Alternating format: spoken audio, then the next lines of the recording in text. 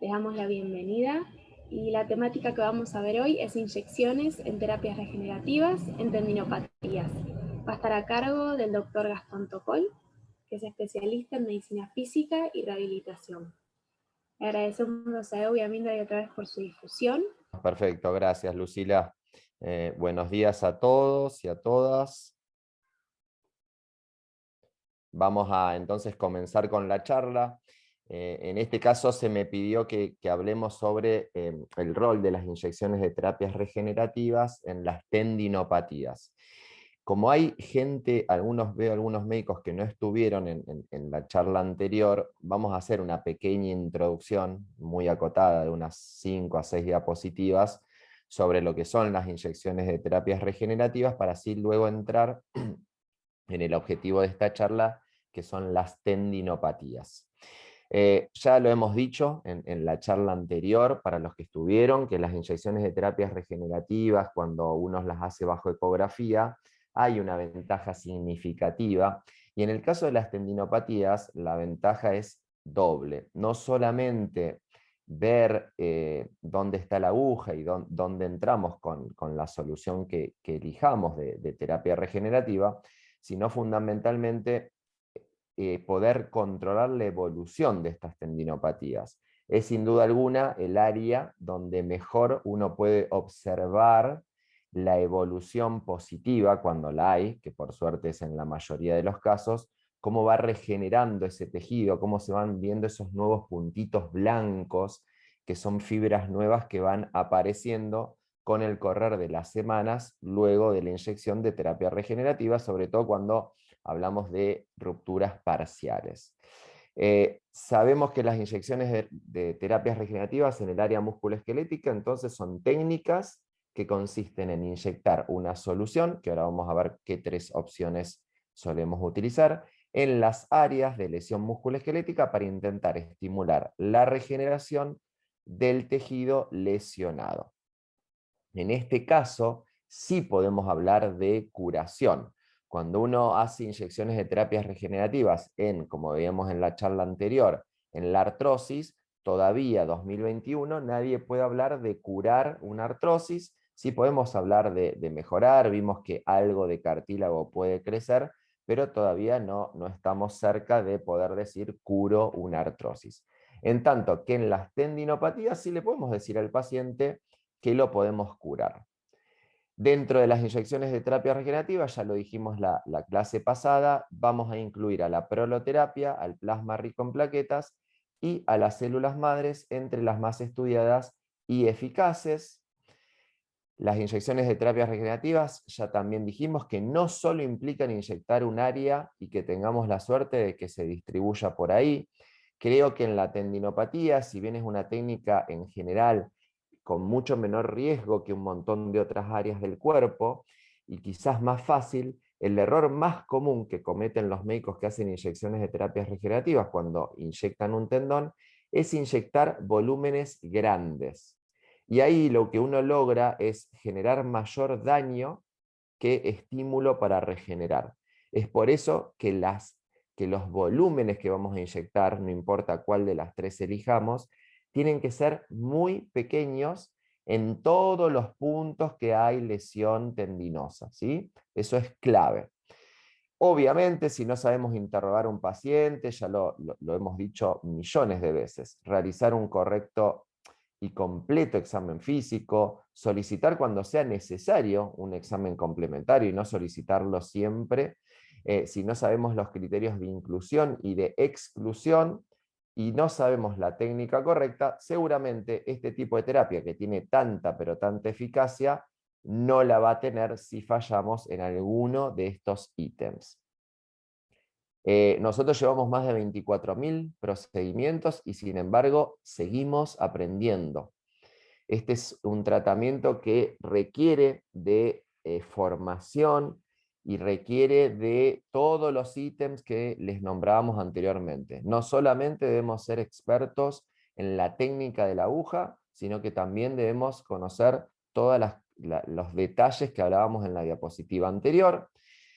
nombrarles antes de ir entrando allá a las tendinopatías, qué patologías se tratan con inyecciones de terapias regenerativas. Bueno, justamente tendinopatías, que es el objetivo de la charla de hoy, ligamentopatías, artrosis, síndrome de dolor miofacial y atrapamiento de nervios en fascias. Son los 5 grandes grupos donde nos enfocamos en las terapias regenerativas. La proloterapia, solamente voy a dar la definición, es la inyección para reparar tejido conectivo, el mismo objetivo que la reparación biológica, pero por definición sin el uso de biológico. Es decir, que las soluciones utilizadas en proloterapia no tienen nada de las personas que son inyectadas. Esta definición del Dr. Dean Reeves, en el cual él remarca que la solución más utilizada, y me animo a decir en el 99,9% de las veces que uno hace proloterapia, utiliza dextrosa o glucosa, y también remarcarles que no solo la proloterapia, sino el plasma rico en plaquetas y las células madres, uno debe tratar de encargarse de tratar todo lo que tiene que ver con la biotensegridad, llámese ligamentos, tendones y fascia. Insisto, no es solamente inyectar la solución y que se distribuya por ahí. Está más que obvio, y lo digo en cada una de mis charlas, no estoy sponsoreado por ningún laboratorio, la dextrosa es realmente muy económica y no tengo ningún conflicto de interés. El plasma rico en plaquetas, sabemos que es el componente celular del plasma, el cual se centrifuga y logra una mayor concentración de plaquetas que la basal que hay en la sangre, es fundamentalmente eso. Sabemos que las plaquetas provienen de los megacariocitos y sabemos que las plaquetas activadas liberan distintos gránulos alfa y distintos factores de crecimiento que van a intentar reparar todo el tejido que está lesionado y donde nosotros estamos inyectando. El plasma rico en plaquetas se recomienda en líneas generales que sea celular para tendones y ligamentos. Hay un grupo de médicos que recomienda que sea celular para lo intraarticular. Recuerden que cuando uno se refiere a celular, fundamentalmente se refiere a glóbulos blancos. Uno puede centrifugar la sangre de manera que obtenga, además del plasma rico en plaquetas, glóbulos blancos, o puede hacer una técnica para que sea acelular, es decir, que no tenga glóbulos blancos, y hay un grupo de médicos, una corriente que refiere que debemos hacer acelular para las articulaciones para no generar sinovitis reactiva. En realidad esto es discutible, hay casos que uno utiliza celular para lo intraarticular y casos que uno utiliza acelular. Recuerden que existe el PPP, que es el plasma pobre en plaquetas para las fascias y para los nervios, y recuerden que también existe el lisado de plaquetas, que es congelar el plasma rico en plaquetas preparado, descongelarlo, y eso se llama lisado de plaquetas, que se utiliza para nervios y bloqueos radiculares. Las células madres saben que en realidad son la materia prima del cuerpo, a partir de ellas se generan todas las demás células con funciones especializadas.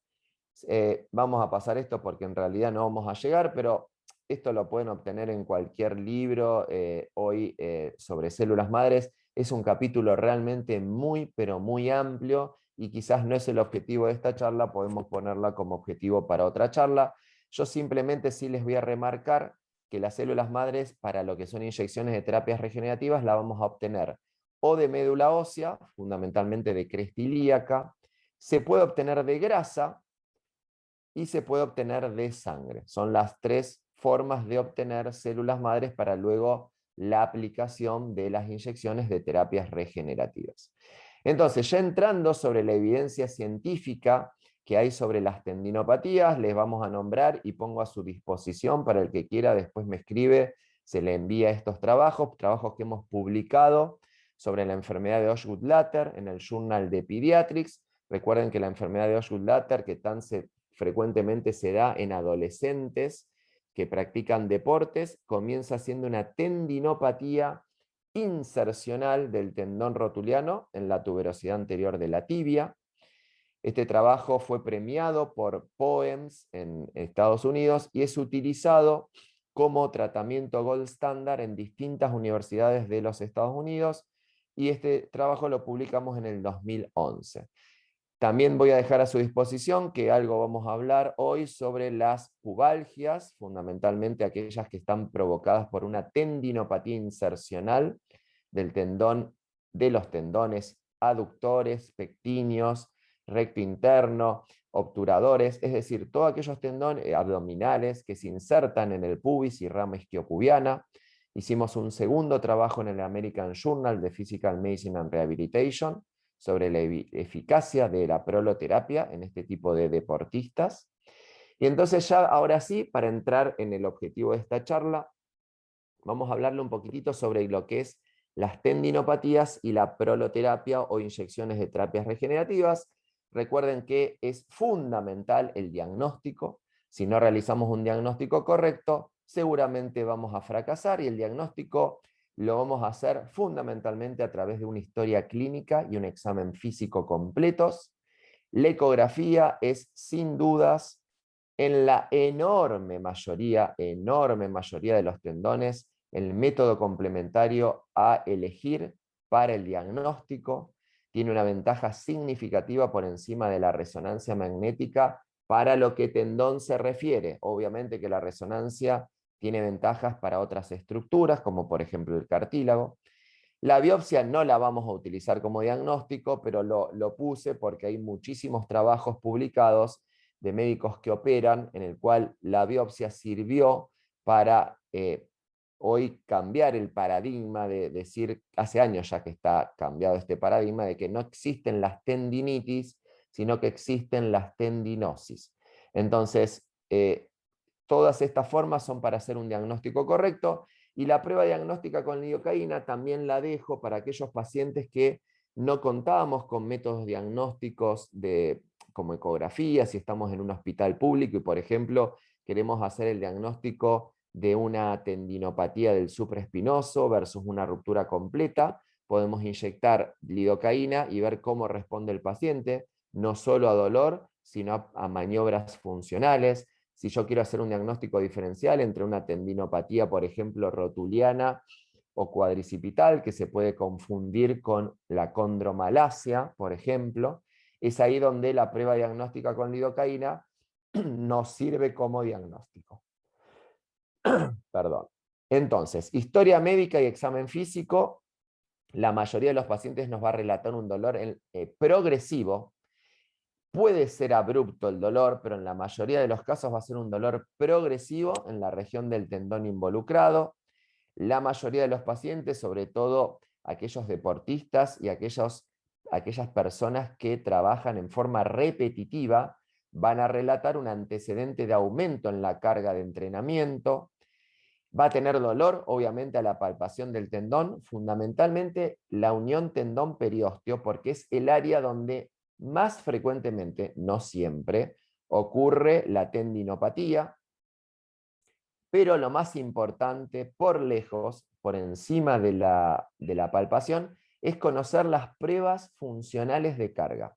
Es decir, aquellas maniobras que provocan dolor en un determinado tendón y que generan ese dolor que cuando uno lo realiza, simula el dolor que siente el paciente en su día a día.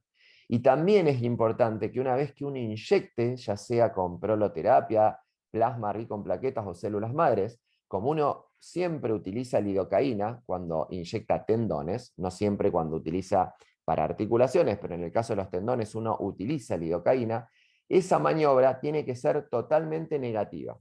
Y este es un tip que les doy y que es fundamental. Si a ustedes se le va un paciente del consultorio con dolor luego de una aplicación de una inyección de terapia regenerativa, o le erraron al diagnóstico o le erraron a la técnica. Esa misma maniobra tiene que ser totalmente asintomática mientras dure el efecto de la anestesia. Obviamente hacemos un examen físico completo y un interrogatorio completo cuando queremos hacer el diagnóstico de cualquier patología en medicina. La ecografía, dijimos, es el método complementario a elegir cuando queremos hacer un diagnóstico. Fíjense acá muy claro, abajo, el tendón de Aquiles derecho, absolutamente normal, que yo señalo con la flecha, y un tendón de Aquiles izquierdo con áreas hipoecogénicas, una pérdida del límite inferior de este tendón, mostrándonos una tendinosis del cuerpo del Aquiles izquierdo en este caso. La resonancia puede ser obviamente un examen complementario a solicitar. Dijimos que si tenemos la posibilidad, pidamos primero una ecografía o pidamos una resonancia cuando tenemos otros diagnósticos diferenciales a realizar. La prueba diagnóstica con lidocaína ya la nombramos, la vamos a usar cuando no tenemos el diagnóstico definido. Es inyección de lidocaína en el tendón, un procedimiento realmente sencillo, con una extremadamente baja posibilidad de efectos adversos. Y la severidad de las tendinopatías, podemos utilizar la escala de VAS para ver qué tan grave es en cuanto a lo sintomático, obviamente. No nos habla de gravedad de lesión. La escala de Nirsch nos va a orientar también en cuanto a la gravedad, pero con respecto a las actividades de la vida diaria, que vamos a ver ahora. Y la ecografía fundamentalmente nos va a dar sí la gravedad de la lesión desde el oficio patológico. La escala de VAS la conocen todos, una línea de 10 centímetros, el extremo izquierdo es no dolor, el extremo derecho dolor intolerable, y se le pide al paciente que haga una cruz donde considera que su dolor es en cuanto a la tendinopatía. La escala de Nirsch, que es una escala de lesiones por sobreuso, nos orienta más sobre lo que son las actividades de la vida diaria y la actividad deportiva o laboral. Esto, si quieren, le sacan una foto para no leer ítem por ítem, pero es fácil, va de fase 0, que es normal, a fase 7, que es la peor. Esto, repito, nos orienta en cómo está posicionado el paciente con respecto al dolor y sus actividades de la vida diaria. Entonces, para ya entrar en cada... A ver, no vamos a tener tiempo, obviamente, en una charla de 45 minutos de hablar de todas las tendinopatías, pero sí podemos hablar sobre la tendinopatía de las más frecuentes, por así decirlo. La tendinopatía del supraespinoso es sin duda alguna la tendinopatía más frecuente que vemos en nuestro consultorio y a la que más los médicos le deben temer. ¿Por qué digo temer? Porque no existe tendón en el cuerpo que tenga una frecuencia tan alta de ruptura completa. Y es ahí, como médicos, que debemos evitar o tratar de evitar que nuestros pacientes lleguen a la ruptura completa, porque obviamente cuando hay una ruptura completa, las inyecciones de terapias regenerativas tienen muy, pero muy limitada la utilidad. Entonces, ¿cómo se presenta un paciente con tendinopatía del supraespinoso? Dolor progresivo, aunque puede ser abrupto en algunos pacientes. El 99% de los pacientes va a referir un dolor en la región lateral del brazo, en la región deltoidea. Si el paciente siente dolor en la cara anterior del hombro, difícilmente sea el supraespinoso la causa de su dolor. Busquen otras razones de dolor en cara anterior, como por ejemplo bíceps, subescapular, labrum. Y eso, aunque la imagen muestre una lesión del supraespinoso, si el paciente tiene dolor en cara anterior, al menos hay otra patología que está formando parte del cuadro. El supraespinoso da dolor en cara lateral. Otra característica es dolor nocturno, típico del supraespinoso. Puede ser la patología insercional o del cuerpo. Las maniobras funcionales que vamos a ver a continuación son claves conocerlas. Si bien la radiografía no nos da dato del tendón, recuerden que el supraespinoso es un depresor de la cabeza humeral, razón por la cual si por ejemplo tenemos una insuficiencia del supraespinoso, va a haber un ascenso de la cabeza del húmero, y eso lo vamos a poder ver en una radiografía, y en una radiografía también podríamos ver, por ejemplo, una calcificación del supraespinoso. La ecografía dijimos que es el examen complementario a elegir. La resonancia la voy a solicitar cuando quiero ver otras patologías del hombro, por ejemplo la lesión del labrum, en el cual muchas veces es necesario la artroresonancia magnética.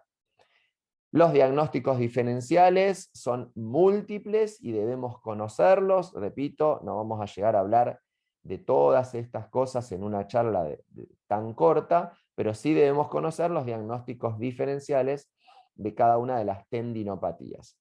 No olvidar, y este es otro tip que le quiero dar, la mayoría de las tendinopatías del supraespinoso se acompañan de un déficit de rotación interna del hombro, por una retracción de la cápsula posterior. Si nosotros no corregimos eso con kinesiología o terapia ocupacional, difícilmente nuestros pacientes mejoren. Y recuerden que cuando hay un déficit de rotación interna, y eso persiste, corremos el riesgo de que el paciente luego haga una retracción del resto de la cápsula, generando una capsulitis adhesiva, el cual ya pasa a ser una patología muy, muy dolorosa, muy limitante, que no se trata con inyecciones de terapias regenerativas y debemos también prevenirla. Entonces, chequeen la rotación interna de todos sus pacientes con tendinopatía del supraespinoso y corríjanla incluso antes de realizar inyecciones de terapias regenerativas. Abajo a la izquierda, en la figura 4F, vemos una maniobra de rotación externa en el cual ponemos es una carga funcional al infraespinoso y al redondo menor, que recuerden que también se pueden lesionar. La 4E es la maniobra que está descrita para el supraespinoso, fíjense, pulgar para abajo, abducción de 90 grados y una flexión anterior que describen entre 15 y 45 grados. Mi consejo es que lo hagan en distintos grados. Acá vemos una tendinopatía muy importante del tendón del supraespinoso. Esta es una ruptura completa del supraespinoso, fíjense la retracción de los cabos tendinosos, es una ruptura completa aguda, en el cual todavía no colapsó el techo de ese supraespinoso. Y cuando uno hace proloterapia del manguito rotador, entonces recuerden, realizar diagnóstico correcto, seleccionar al paciente adecuado, acuérdense de evitar en pacientes con capsulitis adhesiva, aunque tengan tendinopatía del manguito rotador. Cuando inyectamos intraarticular, y es algo que uso casi siempre como protocolo cuando hay dolor nocturno, ya que la dextrosa cambia el medio interno de la articulación y las citoquinas, y es notable la eficacia que tiene la proloterapia, por ejemplo, en el dolor nocturno del paciente con patología del manguito rotador. La enorme mayoría de los pacientes con la primera sesión ya logran o eliminar o disminuir considerablemente el dolor nocturno, y ahí es donde usamos dextrosa en concentración elevada, 25% o 22,5% para los que tenemos ampollas de dextrosa al 25%, lo hacemos al 22,5% porque colocamos en una jeringa de 10 centímetros cúbicos 9 cc de dextrosa al 25 y 1 cc de lidocaína al 1%. Eso nos da una concentración de dextrosa al 22,5 y de lidocaína al 0,1. ¿Sí? Cuando inyectamos inserciones, lo hacemos al 12,5% de dextrosa, para tendinosis también, y para rupturas parciales utilizamos volúmenes como la articulación, en pequeños, perdón, concentración como el de la articulación, es decir, al 22,5 o 25% de concentración, y en pequeños volúmenes, como les dije al principio de la charla, ya que si no, corremos el riesgo de lesionar más el tendón de lo que queremos regenerarlo. ¿Sí? Esto es un protocolo para todos los tendones. El labrum también lo podemos inyectar cuando hay una lesión labral. Obviamente que las lesiones labrales tienen un poco menos de eficacia que los tendones, y muchas veces utilizo plasma rico en plaquetas o células madres cuando hay una lesión labral importante. Acá vamos a ver, por ejemplo, una técnica de un paciente que hacemos, es una ruptura casi completa. Este caso lo pongo porque el resultado fue notable y la alegría del paciente más notable aún. Si ustedes se fijan, es una ruptura que podríamos considerarla completa del supraespinoso. Sin embargo, el techo no terminó de colapsar, y fíjense que hay pequeños hilos, le llamamos, pequeños hilos del tendón, y todo esto que ven anecoico, negro, es ruptura. Y acá van a ver la aguja que está entrando, y coloco pequeños volúmenes de 0,2, 0,3. Trato con mucho cuidado porque si pongo volúmenes, miren cómo entra ahí el líquido. Si yo coloco volúmenes muy importantes, estas pequeñas fibras que están sosteniendo van a generar mayor ruptura. Fíjense cuando uno inyecta el tendón, cómo empezó a crecer el volumen de este tendón y elevó el techo del supraespinoso. Obviamente que este tendón es un tendón de riesgo, las chances que tenía no eran altas, sin embargo, los resultados fueron notables incluso con proloterapia. Es un paciente que no tenía muchos recursos, yo le hubiera realizado plasma rico en plaquetas, por cuestión económica, porque era un paciente hospitalario y no contábamos en ese momento con el plasma rico en plaquetas, como ahora sí tenemos en el hospital. Le hicimos proloterapia, el resultado fue realmente muy, pero muy bueno, evitando la cirugía y pudiendo volver a tener una vida normal. La epicondilosis es otra de las tendinopatías que nosotros vemos muy frecuentemente, llamada también codo de tenista, a pesar de que solo el 5%, según un trabajo del doctor Nirsch, son tenistas. El extensor radial corto del carpo es el tendón más frecuentemente involucrado. Esto también es un trabajo del doctor Nirsch, quien biopsió tendones operados y vio que este tendón era el más involucrado. En este caso sí es insercional, la tendinopatía, un dolor generalmente progresivo, rara vez es abrupto. Las maniobras funcionales las debemos conocer, lo mismo que los factores predisponentes. Ya vamos a hablar al final de la charla sobre los factores predisponentes y la importancia de conocerlos en cada una de las tendinopatías. Simplemente a modo de ejemplo, si yo no evalúo, por ejemplo, el hombro en un paciente con codo de tenista, porque muchas veces hay déficit en el hombro y eso predispone a mayor carga en el tendón del codo.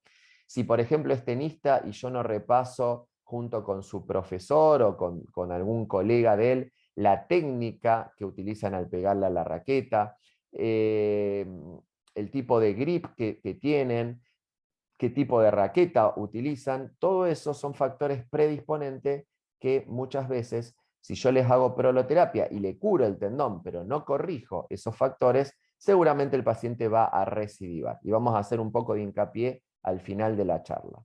La ecografía es el método complementario a elegir. Las radiografías nos pueden dar lo mismo que en el tendón del supraespinoso, casos con calcificaciones o diagnósticos diferenciales, por ejemplo, artrosis de codo. Al igual que la resonancia, que nos va a dar datos cuando queremos hacer diagnósticos diferenciales. La epitrocleosis, llamada codo de golfista, tengan en cuenta que el pronador redondo es el tendón más involucrado. ¿Por qué es importante saber qué tendones se insertan y cuáles están involucrados? Porque no es lo mismo la maniobra de estrés que yo le voy a dar a una epitrocleosis testeando el pronador redondo que, por ejemplo, testeando el flexor cubital del carpo, que también se inserta ahí. Yo tengo que conocer cada una de las maniobras que ponen estrés en estos tendones, ¿sí? Es insercional en la mayoría de los pacientes, dolor progresivo, rara vez es abrupto, las maniobras funcionales ya dijimos que debemos conocer, y lo mismo, la ecografía es el método complementario a elegir, al igual que debemos conocer los factores predisponentes. ¿Qué utilizamos para estas patologías? Como dijimos, son insercionales, vamos a utilizar una concentración de destroza entre 12,5 y 15% con lidocaína, el mismo concepto de pequeños volúmenes.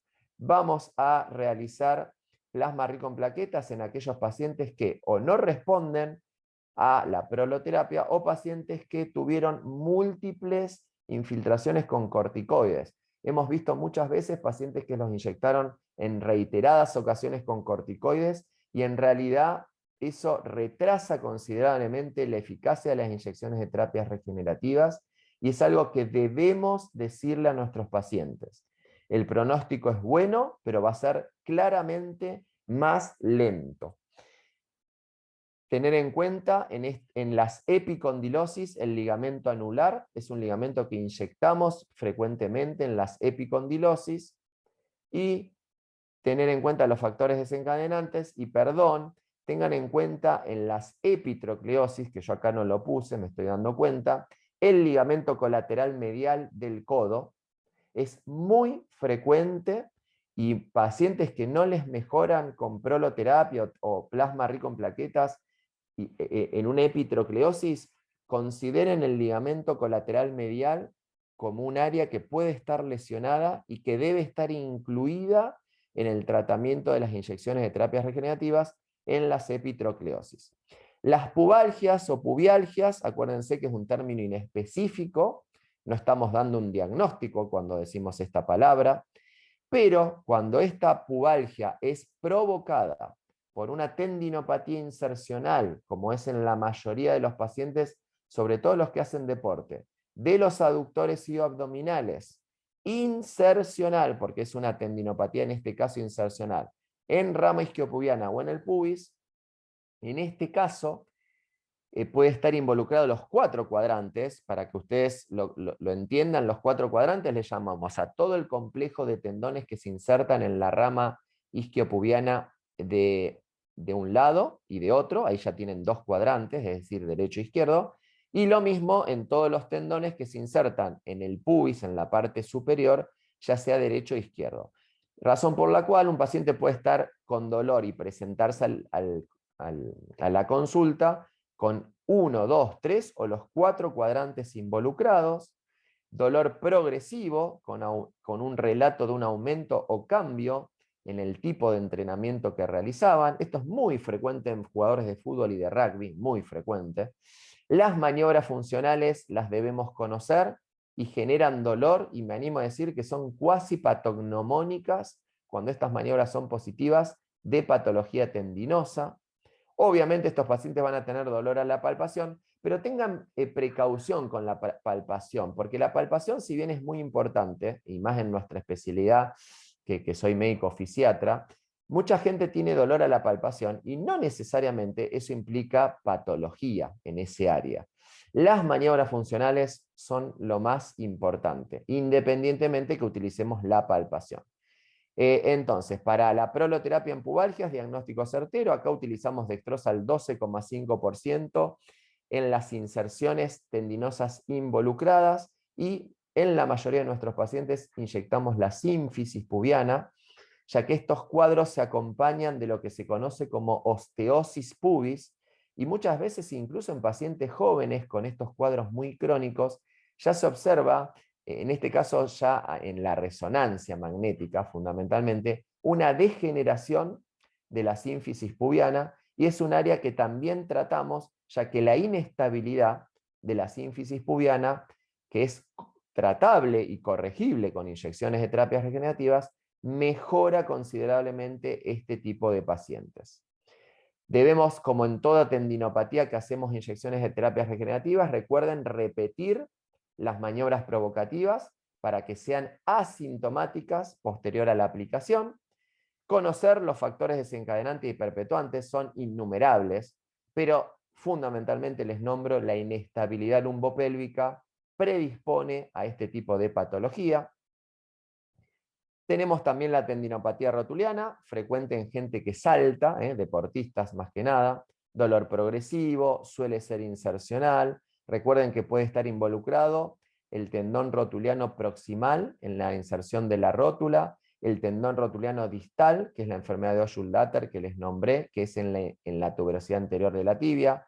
Puede estar involucrado el tendón cuadricipital. Las maniobras funcionales, que es una sentadilla unipodálica, genera dolor.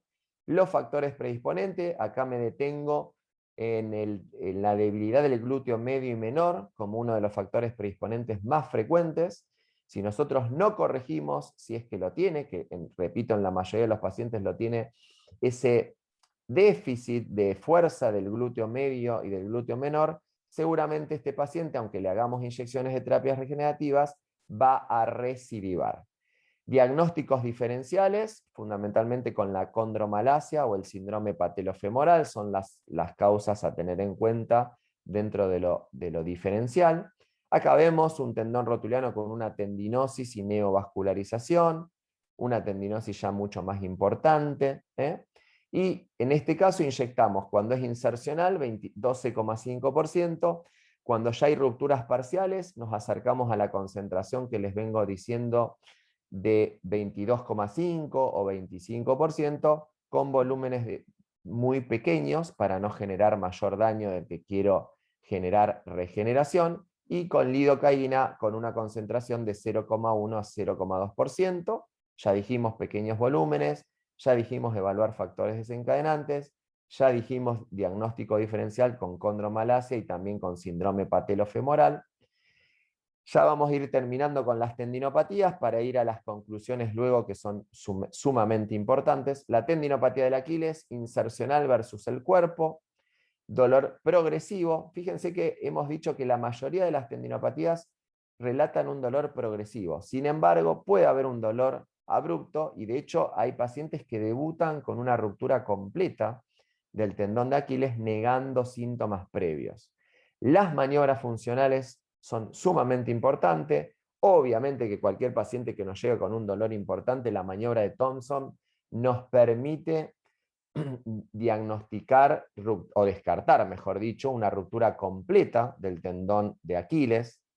Los diagnósticos diferenciales son múltiples, pero les doy el tip en este caso del dolor miofacial del sóleo. Es un punto gatillo que irradia a la región del tendón de Aquiles y de hecho muchos pacientes que uno trata por tendinopatía del Aquiles, que observa con la ecografía que mejoraron considerablemente la imagen y siguen relatando dolor, tengan en cuenta el punto gatillo del sóleo como un factor perpetuante y generador de dolor en esa misma área. El otro tip que tienen que saber es en las tendinopatías. Esto es en cuanto a, perdón, el sóleo es fundamentalmente en cuanto al dolor del cuerpo del tendón, es decir, la tendinopatía del cuerpo del Aquiles. Cuando es insercional, el diagnóstico diferencial es con la bursitis y también con ese dolor que seguramente ustedes vieron en los costados, ya sea medial y lateral del calcáneo. Existe una fascia que envuelve al calcáneo y que es una expansión del tendón de Aquiles, y muchas veces los pacientes continúan con dolor en esa fascia, y ahí hago una técnica nueva que es realmente fantástica. Con el ecógrafo me pongo en el corte longitudinal a esa fascia, es literalmente casi subcutánea la inyección, porque de la piel al calcáneo estamos hablando que muchas veces hay 2 milímetros, no más de eso, y me meto entre la fascia y el periósteo, y el resultado es notable cómo se les va el dolor en esa zona cuando el paciente relata obviamente dolor en esa zona. Bueno, factores predisponentes, la ecografía es sin duda el método complementario a solicitar para este tipo de diagnóstico. La resonancia yo la utilizo cuando quiero hacer diagnósticos diferenciales con otra patología. Por supuesto que acá vemos una lesión muy importante, una ruptura parcial del tendón de Aquiles por resonancia. Ecografía, tendinosis muy importante. Fíjense qué hipoecoico que está el tendón, qué engrosado que está, cómo pierde el límite inferior, se hace convexo. No se confundan, el supraespinoso cuando pierde la convexidad es patológico, y busquen la lesión. El Aquiles, cuando pierde el paralelismo entre el techo superior y el inferior, es patológico, es contrario a el supraespinoso. Entonces, ¿qué inyectamos cuando hacemos proloterapia en tendinopatía? El 12,5% para lo insercional, en tanto que para el cuerpo del Aquiles inyectamos concentraciones más elevadas, 22,5 a 25%, como ya les nombré en todos los cuerpos de los tendones, con lidocaína, y recuerden, volúmenes pequeños, si no vamos a generar una ruptura. Conocer los factores predisponentes, acá fundamentalmente lo que es mala pisada, si es que hay que corregirla, inestabilidad de tobillo, son factores predisponentes de tendinopatía del Aquiles. Sin embargo, también una inestabilidad lumbopélvica puede llevar a este paciente a aumentar la carga en el tendón y también debemos corregirla. El dolor miofacial del sóleo, ya se los dije. Y dentro de las tendinopatías menos frecuentes tenemos la tenosinovitis del tibial posterior, que en este caso no le vamos a hacer inyecciones de terapias regenerativas, excepto que el tendón esté lesionado. Muchas veces vemos lesiones tendinosas que en forma secundaria hacen la tenosinovitis, y en ese caso sí hacemos terapia regenerativa. Ahora, si el tendón ecográficamente es normal y solamente vemos la tenosinovitis, es una de las excepciones donde podríamos considerar una dosis muy pequeña de corticoide, no en el tendón, sino entre el tendón y la vaina sinovial. Los peroneos también pueden sufrir tendinopatías, al igual que el flexor del hallux, el tensor de la fascia lata. Es decir, son tendones que menos frecuentemente están involucrados, pero en realidad cualquier tendón del cuerpo puede desarrollar una tendinosis, una ruptura parcial o una ruptura completa. Los tendones que vimos en la charla, a lo largo de la charla, son los más frecuentemente involucrados que vemos en nuestro consultorio diariamente. Entonces, para ir ya yendo a las conclusiones, el diagnóstico, como digo siempre, es fundamental. Si yo le pido, por ejemplo, una ecografía a cualquier persona de 60 años, e incluso menos de 60 años muchas veces, de hombro o resonancia magnética de hombro, es muy frecuente encontrar al menos una tendinosis del supraespinoso. Eso no implica necesariamente que sea la causa del dolor del paciente. Entonces, interrogatorio y examen físico y luego el examen complementario. No se queden con el facilismo de solamente el examen complementario para el diagnóstico de certeza. Los vuelvo a invitar cuando pase la pandemia a los workshops que realizamos en la Universidad Nacional de Rosario, la Facultad de Ciencias Médicas, sobre en cadáveres y ecografía para aprender estas técnicas de terapias regenerativas. Cuando pase la pandemia seguramente vamos a estar retomando estos workshops y los vamos a esperar en Rosario. Y ustedes saben que siempre me gusta terminar la charla con una conclusión y con un video. La vez pasada, para los que estuvieron, mostramos una ruptura completa del tendón rotuliano en un jugador de fútbol. Y en este caso, quiero que presten mucha atención a David Beckham, uno que a veces uno se sorprende como un jugador que en ese momento estaba entre el top 5 de jugadores más caros del mundo, jugando para el Milan de Italia en ese momento, sufre esta lesión.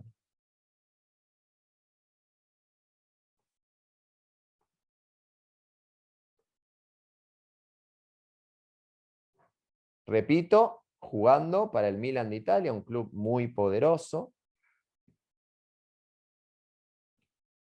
Miren ahora, tac. ¿Qué pasó en esa pierna izquierda? Fíjense la cara de dolor y ya literalmente ahí ya no puede pisar, casi, y empieza a saltar con la pierna derecha porque no puede pisar. Sufrió una ruptura completa del tendón de Aquiles izquierdo. Si ustedes le prestan atención a varias cosas, miren, en la fase, ¿cuándo sufre la ruptura? En la fase excéntrica.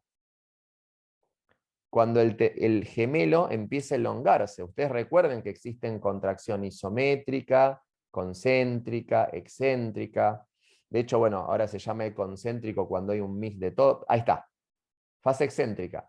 Y si ustedes le prestan atención también, en cámara lenta, la pelvis, siempre la parte lumbopélvica. Fíjense cómo hace una pequeña inestabilidad de la región lumbopélvica antes de lastimarse. Vamos otra vez al principio. Ahí, la pelvis se fue hacia un costado, fase excéntrica del tendón, vamos otra vez al principio. Fase excéntrica del Aquiles y ahí está. Entonces, este deportista, que obviamente lo que yo voy a decir ahora no lo puedo aseverar, ni tampoco voy a dar información porque no fue mi paciente, pero hablando con médicos de Europa, me comentaron de que había recibido una inyección de corticoide.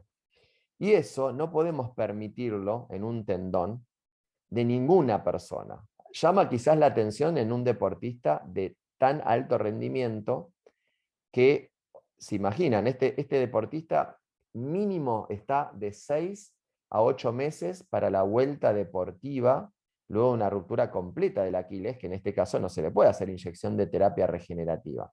Entonces, debemos hacer la prevención de todos este tipo de pacientes. Y entonces ya para terminar, las claves para lograr el éxito es saber interrogar y realizar un examen físico completo, saber los criterios de inclusión y exclusión de las inyecciones de terapias regenerativas, saber realizar una técnica correcta para poder inyectar las áreas adecuadas con la técnica adecuada y el volumen adecuado, evitar áreas donde pueda haber complicaciones, por eso es fundamental saber la anatomía, saber qué tipo de rehabilitación requiere en caso de requerir, post inyección de terapia regenerativa, y saber cuándo preparar el terreno, que es algo muy pero muy amplio que debemos conocer, cuándo nutrir al paciente, saber qué tipo de comidas debe realizar y qué tipo de dieta debe realizar el paciente, ya que sabemos que si los pacientes se nutren bien, van a reparar mucho mejor. Nosotros utilizamos, entre tantas cosas, la vitamina C como complemento para las inyecciones de terapias regenerativas, fundamentalmente en tendones. Muchas gracias por la atención, gracias a Sonocare por la invitación, Lucila. Nos pueden seguir en Dharma, Instituto de Medicina Regenerativa, que es una clínica que abrimos hace 3 meses y que estamos muy contentos con todo lo que estamos desarrollando, en el Instagram de Dharma, Medicina Regenerativa, o en el Instagram de Proloterapia Argentina. Cualquier duda que tengan nos escriben y estamos a su disposición. Perfecto, doctor. Muchas gracias por esta exposición. Gracias a todos los que están participando. Si alguno tiene alguna pregunta que quiera hacer, la puede escribir en el chat.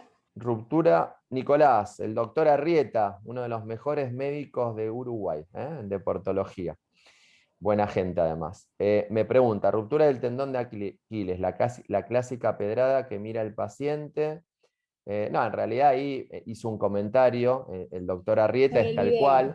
es tal cual, en realidad, cuando un paciente relata y viene a la consulta que sintió una pedrada, un cuchillazo, depende del país el adjetivo que colocan, porque es una lesión que sienten que alguien les pegó, y en realidad nadie les pegó, es una ruptura completa del Aquiles, uno sospecha eso. Después, Joao, ¿cómo te va, Joao? Un placer que estés otra vez con nosotros. En realidad, dice, buen día, ¿qué libros indica para aprender sobre maniobras funcionales de tendones?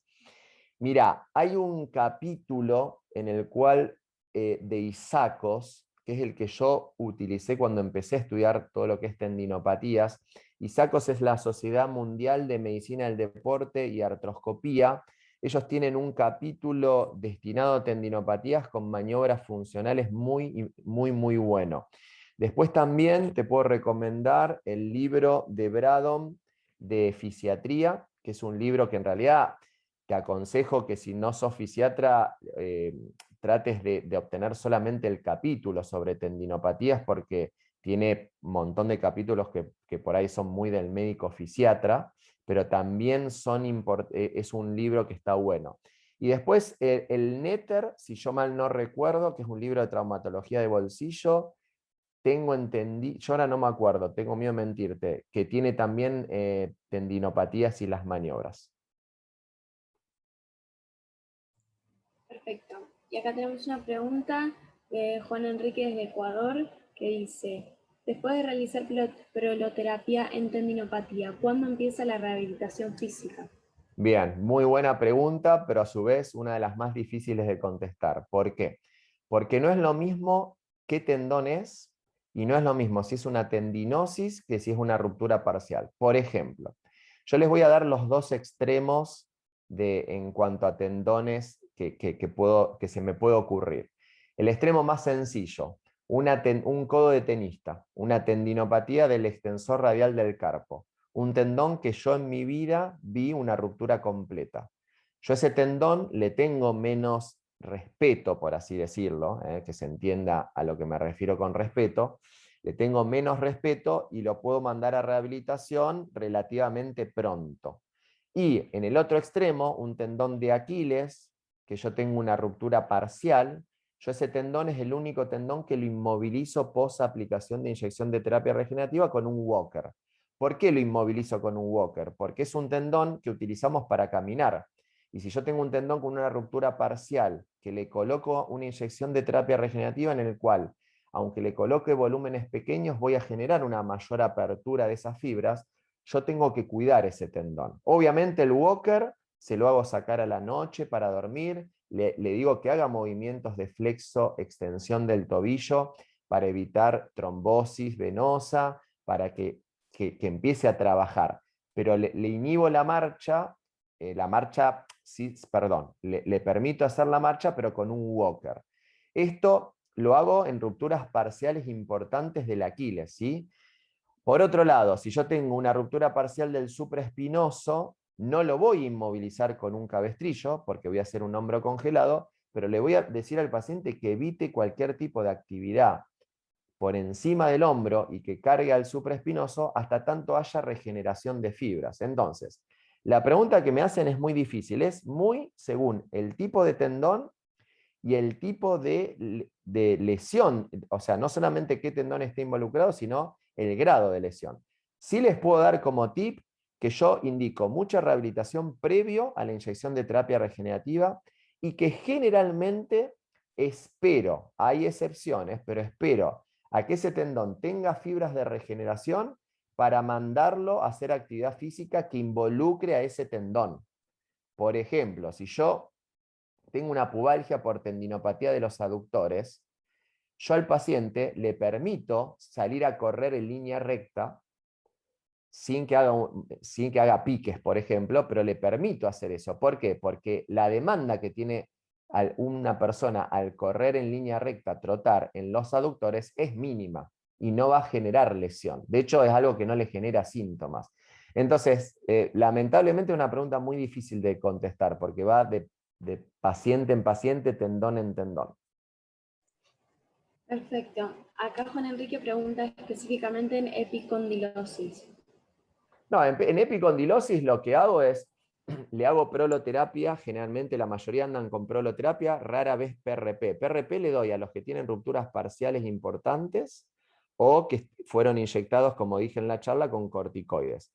Yo a ese paciente le hago 1 o 2 sesiones y cuando le hice 2 sesiones, que en promedio es cuando el paciente nota un cambio realmente importante, obviamente que esto varía. Hay pacientes que notan un cambio importante y requieren solo una, y pacientes que notan el cambio a partir de la 4ª sesión. Pero si el paciente nota un cambio importante en la 2ª sesión, yo veo regeneración de fibras, ya empieza con ejercicios de a poquito concéntricos, isométricos y ya después excéntricos del tendón.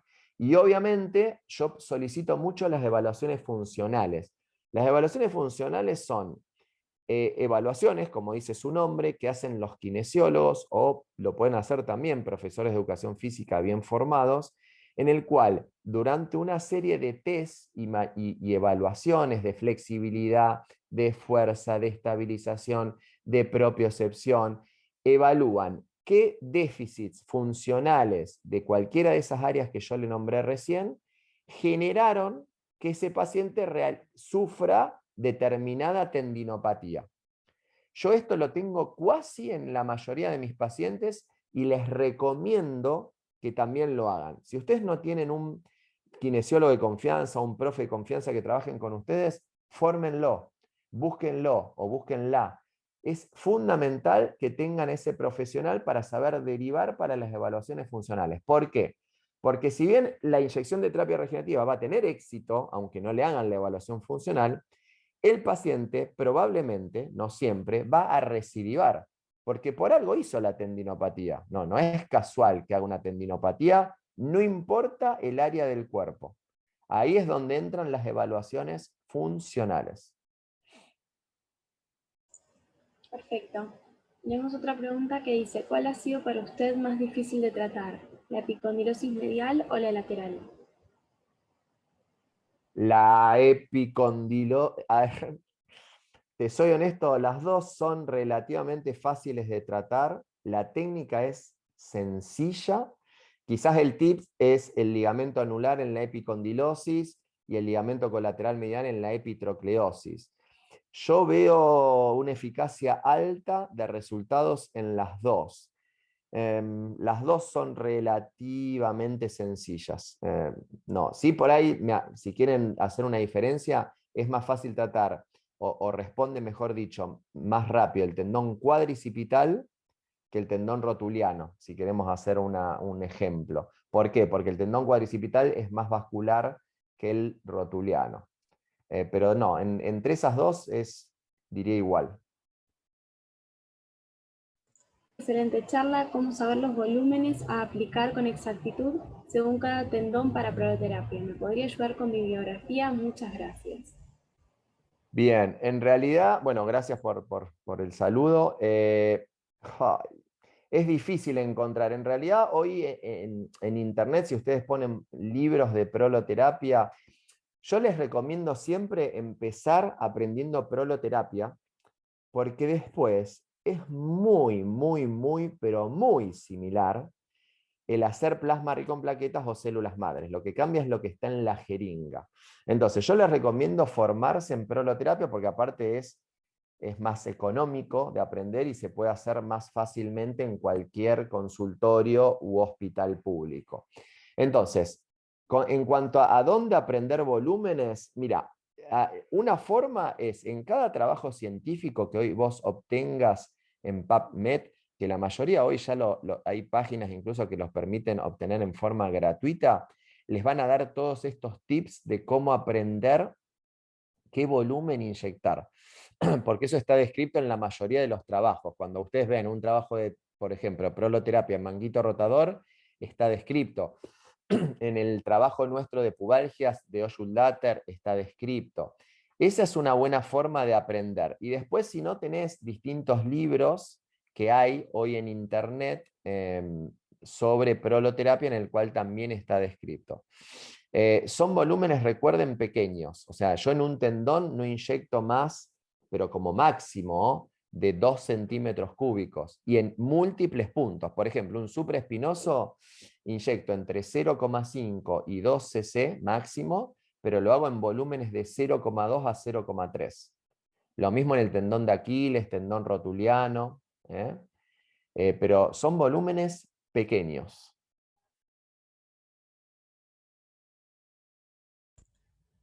Perfecto.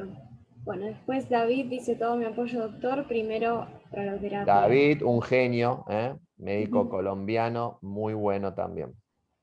Perfecto. Gracias, David, siempre está ahí al aguante. Juan, bueno, hay un montón que veo ahí en el chat que son médicos conocidos y que les agradezco por soportarme una vez más, pues me escucharon 1000 veces, pero bueno, estoy a la disposición de ellos, saben, siempre que me necesitan. Perfecto. Ahí veo a Lucía que dice gracias. Bueno, Lucía también, recomiendo a la doctora Degano, excelente en lo que es dolor, trabaja en Dharma. Yo haciendo propaganda de mi equipo. No veo la de para. No, en el Sobre chat.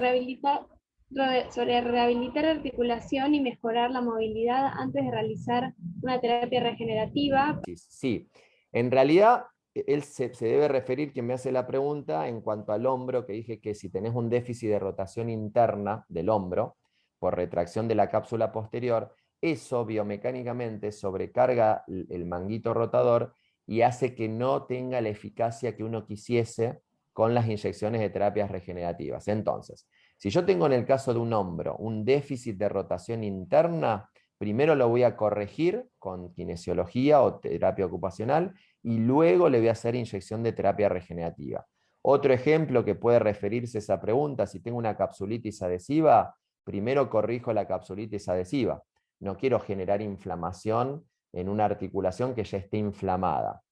Si tengo, por ejemplo, una rodilla con un déficit de extensión, ese paciente va a responder menos. Yo puedo hacerle una artrosis, que él preguntaba sobre artrosis. Yo le puedo hacer una artrosis de rodilla con déficit de extensión, sí, claro que le puedo hacer, pero sí saber que el resultado va a ser mucho más pobre, y eso hay que ser honesto y decírselo al paciente. Obviamente que no es tan sencillo corregir, por ejemplo, en este caso, la extensión de rodilla, pero lo voy a intentar. Entonces, pacientes con déficit considerables o moderados, no considerables, articulares, y son pacientes que van a responder mucho menos. Y en algunos está contraindicado, como por ejemplo la capsulitis adhesiva. Perfecto. Bueno, doctor, muchísimas gracias por participar de este webinar y por la excelente exposición. Le damos No, gracias a los que participaron también, los que se pudieron sumar, esperamos que lo hayan disfrutado. Y le agradecemos a Mindra y a SEO por la discusión. Y bueno, doctor, un placer haber compartido el webinar con usted. Bueno, muchas gracias Lucila y a todo el grupo de trabajo de ustedes y fundamentalmente, repito, a los que un sábado estuvieron ahí atentos. Así que bueno, gracias y no, seguramente nos vamos a ver pronto.